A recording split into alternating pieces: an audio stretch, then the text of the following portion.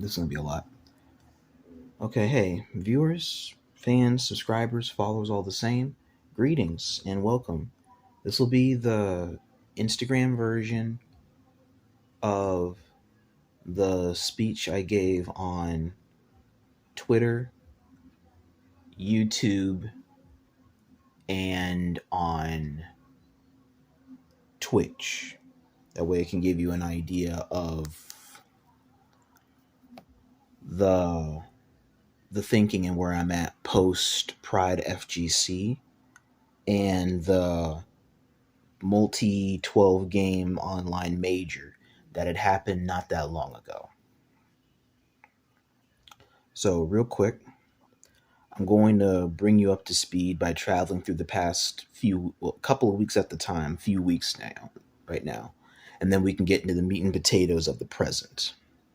So, as you recall, at the start of this month, June, I quit being a TO so I can get back to taking care of myself regardless of the input of onlookers wanting it to stay here.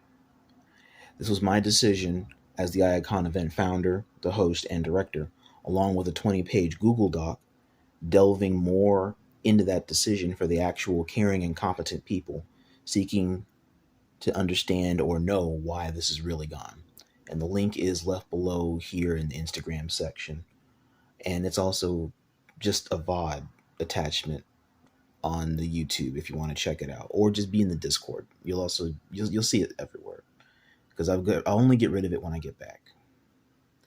Amidst the transition back to my competitor lifestyle in full, compared to balancing it out with said optional TOing responsibility, questionably enriching, I went straight into the PvP work I sought to strive in most to make my marks and to help rebuild my competitive image in ventures lost because of Iacon and the communities themselves. And that was to Dragon Ball FighterZ, Melty Blood, BlazBlue, Grand Blue, Injustice despite the latter fall off, and Mortal Kombat 1, surprisingly enough, as ass as that game is. Listed first here, FighterZ was actually set last as opposed to usually first because it's necessary to expand the ideology of neutral and frame data as a whole. If I'm going to win a FighterZ tournament and become a champion, then I need to think outside the box and train both on and away from the game simultaneously to hone in on and channel lost or untamed principles and understandings. You get these things from delving to different games, not staying on the same game. Starting with Melty Blood type Lumina, there's not a lot of ground to cover with the platforms being two totally different dimensions. The small community helps and hurts at the same time because the mindset, relevance, or drive to succeed is vastly different on PSN or PC simply because of a mood to want to play the game or not. For helping with my successes here to Melty Blood and Melty Blood's whole avenue across console, Zenny, Yall's Easy, and Bank Malfunction. I thank you guys. I know mostly we didn't get to play all the time or hardly like that, but you helped me with understanding the tech I'm learning from beginner alco combo play to now understanding links, doing links a bit better, and mid-level combos without eating inputs. Now, since having made the crossover to Melty Blood on PC, it's a process to literally start over again now. I don't want to, but we'll have to. The two-frame difference after having been on one side for so long is very noticeable, to where it's a different rhythm to everything between the platforms. So I have to adapt differently while playing another catch-up game in the forefront. As opposed to PSN, where I can compete with those at or higher than me with no dire or huge change of expectation. PC is a higher plateau with preset expectations from those already competent or else could teach you. Maybe. Keyword is maybe. I do know since gradually and reinvesting the PC Melty that with no competition, I can indulge right now or right away. I lost my drive to lab situations and practice once the PSN avenue was lost to me. That's really what mattered to me, wanting to push Melty Blood so far, was just being and wanting to be a known and accomplished player on PSN, and be like an okay player representing Aoko Izaki. That's the only girl on the game that I really cared about playing like that. I don't really care about wanting to be lost in some crowd on PC, despite learning more from PC's inclusion from people actually playing and not randomly playing or randomly being on only when a mood hits, like the latter has shown. Then with Mortal Kombat, while success here was a shot in the dark that hit the mark, I won't question the fate of circumstances. Maybe a small trip through MK11 was an eye opener for a lost adventure I deemed not worth it, knowing I had to put history aside with the NRS to associate with the archaic morons or new gen afterthoughts of the scene. Or maybe years of Injustice gameplay allowed a better adaptation of general NRS set play formula than even I thought. All is not off the table with NRS products. They're not really hard to learn, it's just hard to apply or master one's craft in the core aspect of its formula. By that same token, the social space has by that same token, the social space has additions and subtractions of your common people, the jokers, or your unmentionables better off gone, but will still shuffle the same deck of cards essentially. And through such a ritual for illusionary acceptance, I'm very grateful for the few people whom do come through and support, few of which do actually contribute to my learnings and practices and adaptation sense of the NRS methods, because they've shown that they actually do care about me, not about Iacon or my product. And also have been helping me update them and helping me to update me on a lot of these things as things change or evolve through these games.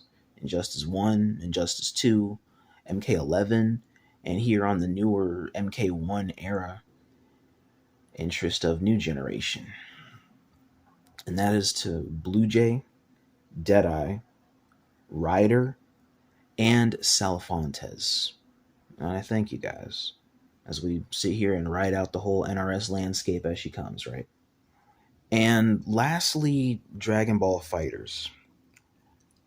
I start at the beginning of the journey with this one because it sets everything in motion of the currents, the undertones of my competing avenue, and how I became more competent with that drive to compete that I've been doing all these years. And this was with Flint and a Mr. James. The very beginning of the journey towards greatness started with just me, him, and Flint, or Alpha Omega on PC, as they call him these days. From DBFZ's beta weekend onto the actual game grid's post-release in later 2018. I was still transitioning between PS3 to PS4, keeping up appearances in the Transformers War for Cybertron and Fall of Cybertron communities at the time, breaking in the PS4 at that time. Because I was doing Uncharted, this game, a little bit of Xenoverse 2. It was a really good year back then when I was just starting out in Dragon Ball, and I was doing a lot of other games that I was bouncing back and forth between for casual interest and then the one or two competitive interests. But James goes by the moniker Subtitly Snow for those that don't know. Across Borderlands, Call of Duty, Overwatch, Fortnite, Apex Legends, Rainbow Six Siege, and then here resulting in debatably the most rooted investment was Dragon Ball FighterZ for us. It's just as in-depth as our Rainbow Six grinding together. And so a lot of our practices, our sets, revisions, and rank grind all began right here. Or as he and Killer would call it, the rise of the itty. Through exhibition, rank, and tournaments, that whole initiative of self-analysis and problem solving without seeking an outside source immediately had derived from our sessions and had stuck with me as a normal daily self-improvement undertone, if that makes sense.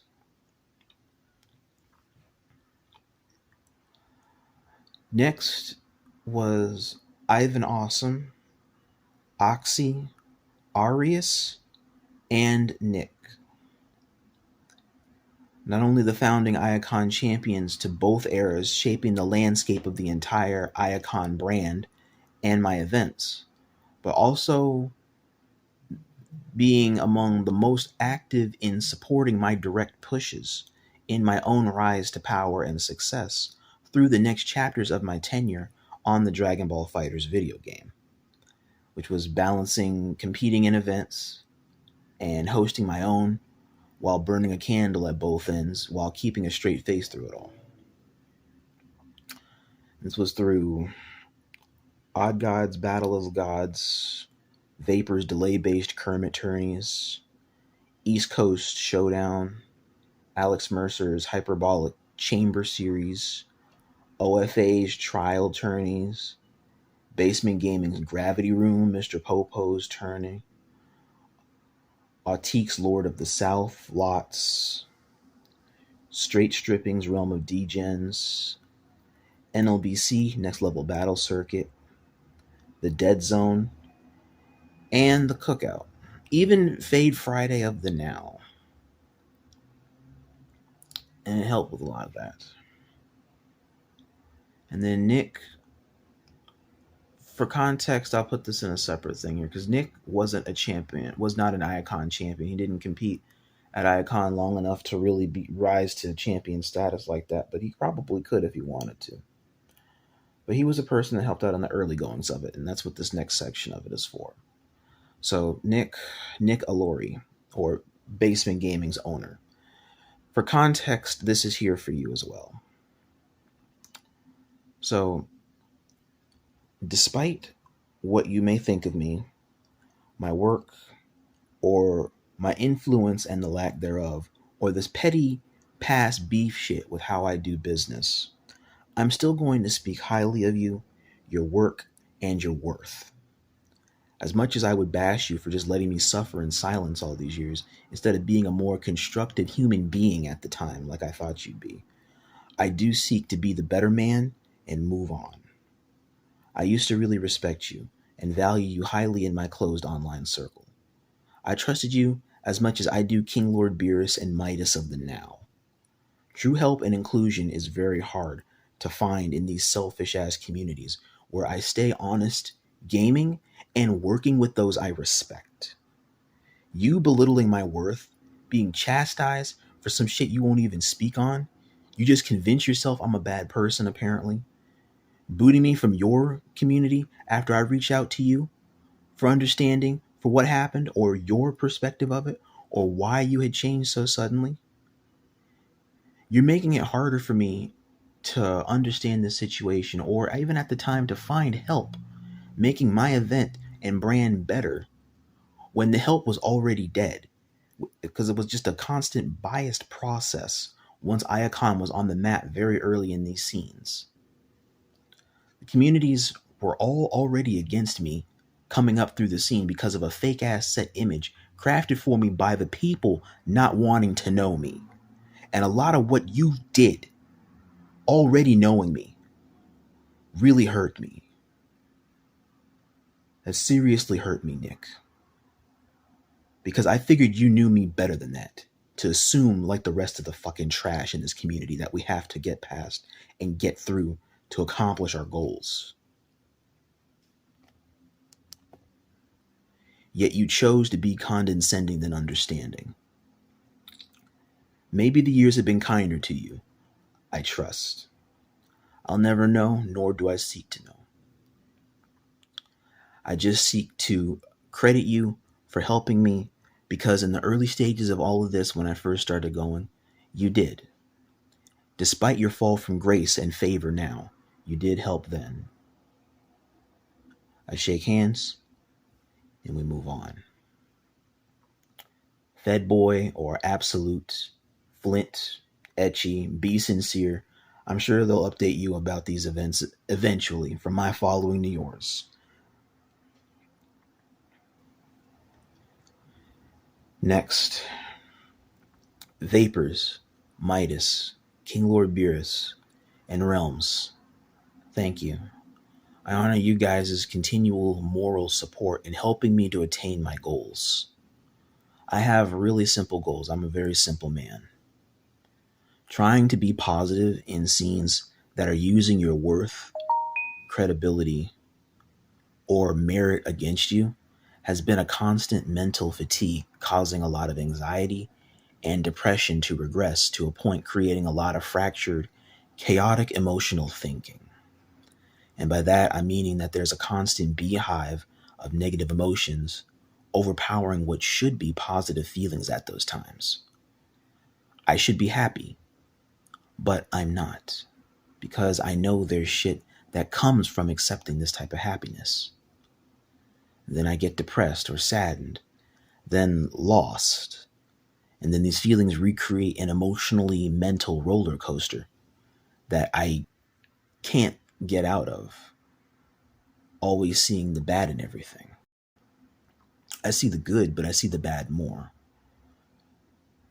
And it's just difficult to stay positive without my canister being more corroded than it may already be.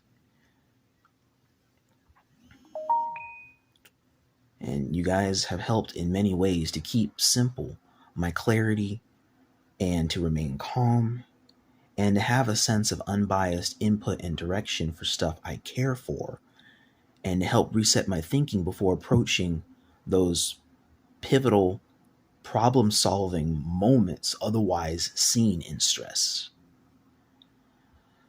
And so thank you. It's helped to keep some poise about my demeanor and the way that I carry myself. Kevin, you as well. You pulled through on a clutch last second right as my Grand Blue run had finished up against Char Char Smooth, and then we reran all the lesser matchups on Dragon Ball across the board, nonstop, so that way I can adjust as soon as possible on the fly without any rest from Grand Blue to Dragon Ball. Just hop right in and just get right to it, so that way it can automatically kickstart autopiloting correct matchup identification. And so thank you. I did I did appreciate that. Just I'm surprised you know a lot of different characters like you do. To just whip them out one right after the other. It was actually pretty nice. I appreciate it. I thank you.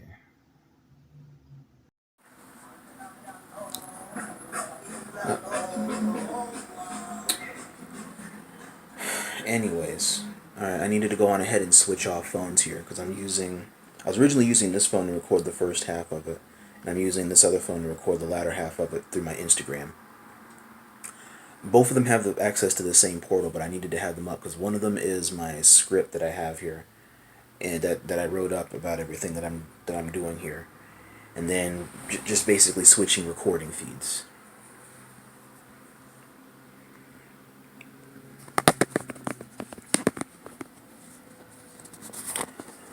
But where I was at was right after Kevin, and then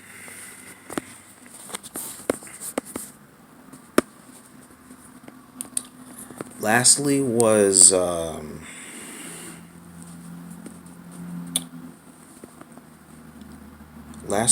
Nakkiel, was what I wanted to go over. If you guys know of Nakkiel, he was the one also that I wanted to thank across the realms, wherever it is he is in life. So, to reiterate, Nakkiel, he was a Final Fantasy online player. He was also a professional Guilty Gear player, Guilty Gear Xrd, Central Fiction, and Dragon Ball FighterZ player. He founded much of the Kid Buu and Adult Gohan tech for the USA players, and was one of the originators of Venom's tech back in Xrd. I brought his name up at the time of the top 8 on Khalil's platform because he was among the first people I met on the circuit that really had valued my work and that gave me the time of day when a handful of people that considered themselves good or great didn't, and just didn't want to help me, and he did. I didn't even know he was a top player like that at the time till I visited his streams compared to him visiting mine. So long ago, when I first started NLBC, back at the start of the lockdown, back at the start of the COVID lockdown, that was 2020, I met Knack on Measy and Mambalamba stream. Till this one raid that a mini assassin had, and I was talking to him about the game, Dragon Ball, Golden Sun, and Final Fantasy lore from last era. And I had this one after tourney stream when Rod ended, Realm of Degens, revising my run.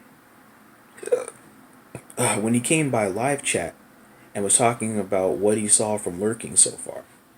Because he saw how I needed to stay on applying defense to scout your offense. Because it's easier to take your turn back when you show the opponent that you can block what they're doing. And it's saying to them, do you have anything new for me? I had opened up to him about a lot of stuff back then between our streams, with how I felt about gaming coming here from Destiny to fighting games, the concerns of the community, and how I would do my business knowing so little about the FGC back then, or being lost from feeling like the community was against my better interests after starting my Iacon Battle Circuit project back in those days. Like, I was right that a lot of people was against me. I was just naive to not walk away sooner than later before the multiplex of ostracization and differences of opinions happened. Knack helped me with much of my depression spells and showed me a deeper meaning to online gaming that a community offers to a game more than a game just being there that happens to house a community. Online had a direction or a course charted per se, because there were people engaging and resonating, wanting to be here with the warm embrace of its presence and its people. It didn't matter your stats or your clout or any sexuality or your preferences or cliques you were assigned to. It just mattered that people were served and not starving for compassion and impracticality. Part of the larger vanguard of knowledge and your set consciousness was just making waves in an ocean of possibilities and camaraderie. And it aligned with the vibes of playing with friends till offlines returned, and online would slowly become lesser in presence while maintaining its initial lost impact once thought unachievable.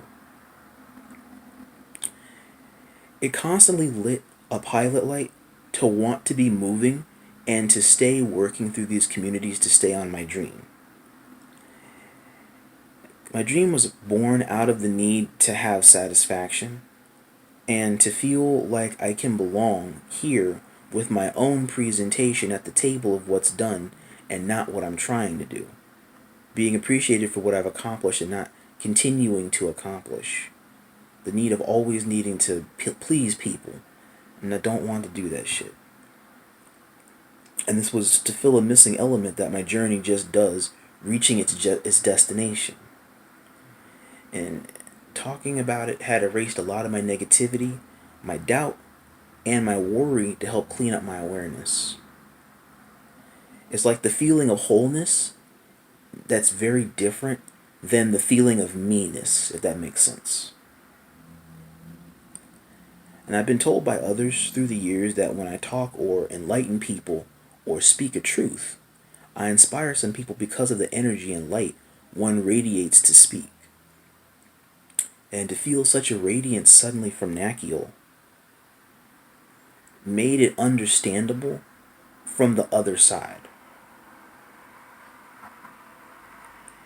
I then felt what others said that they felt from me. And I bless that man a lot. Like, few people in life are natural speakers that reach your light by speaking through theirs.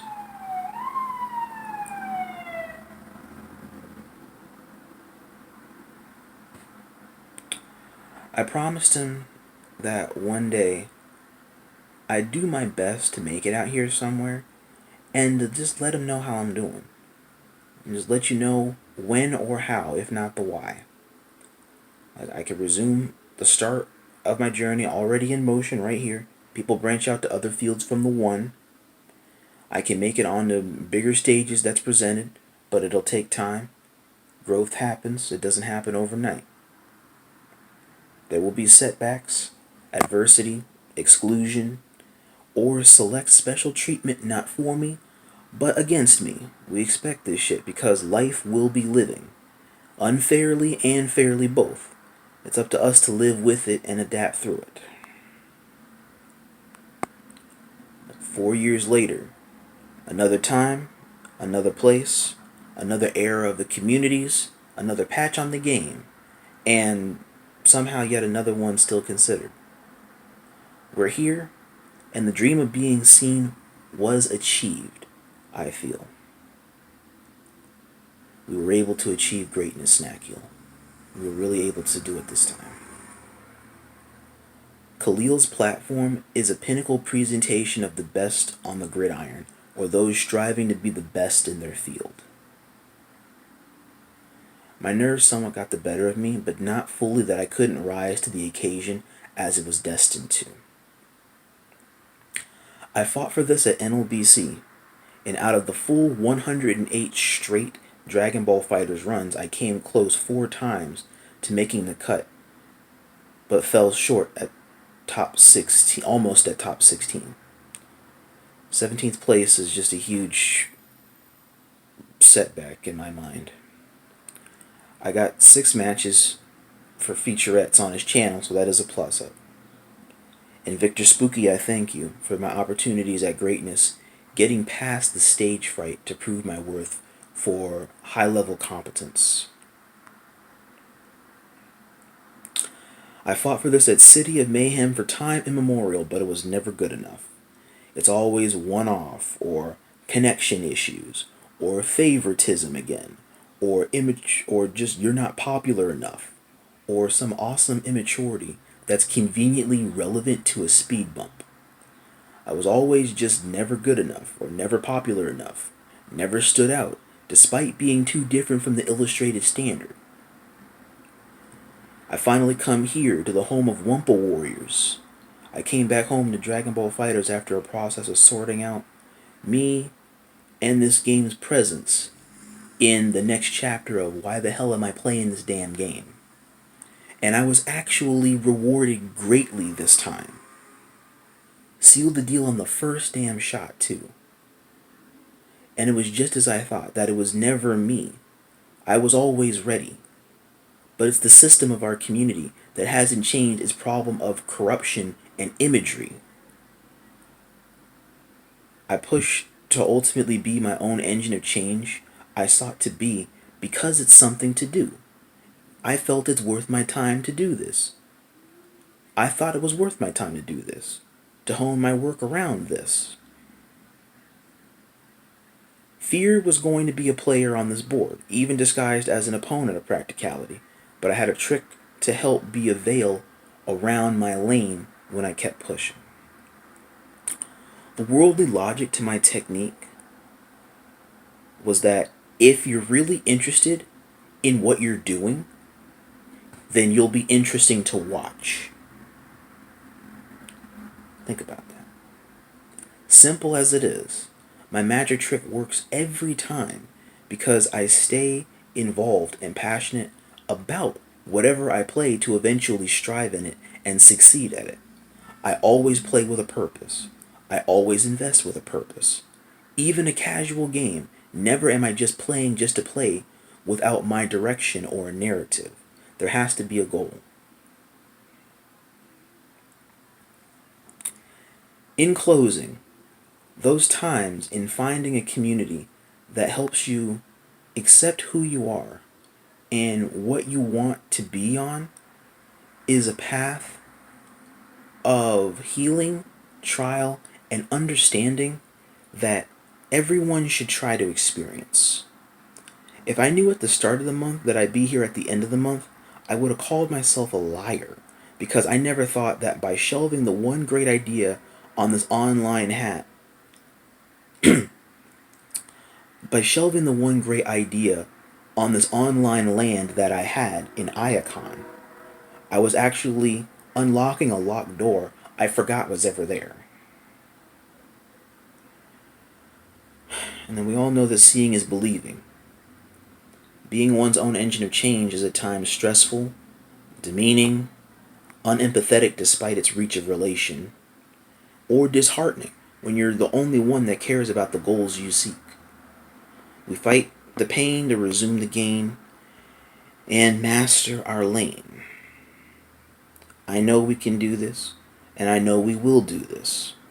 I'm literally a living example each day of this for my T.A.C.T and Iacon community. We can start our own engines. Let's do that. Prepare for the new dawn of change that awaits us. And let's roll out. That'll conclude my speech for the Instagram following of Rodimus Pride.